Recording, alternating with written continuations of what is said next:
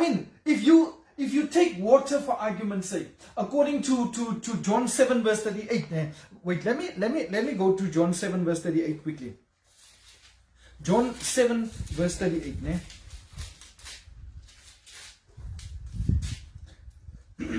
Now John 7 verse 38 says the following. He says, "He that believeth on me, as the scripture has said, out of his belly shall flow rivers of living waters."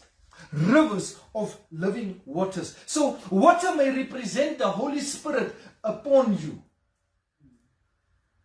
But do you know, a stormy water, it's something else. Yes.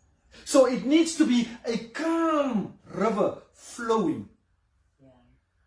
That can represent the Holy Spirit. But when the waters is rough, like the Ochrabis waterfall, that's a different thing. That's a terror water. Because once you go into that water, you might never come back. So you need to interpret it correctly to understand what is God saying.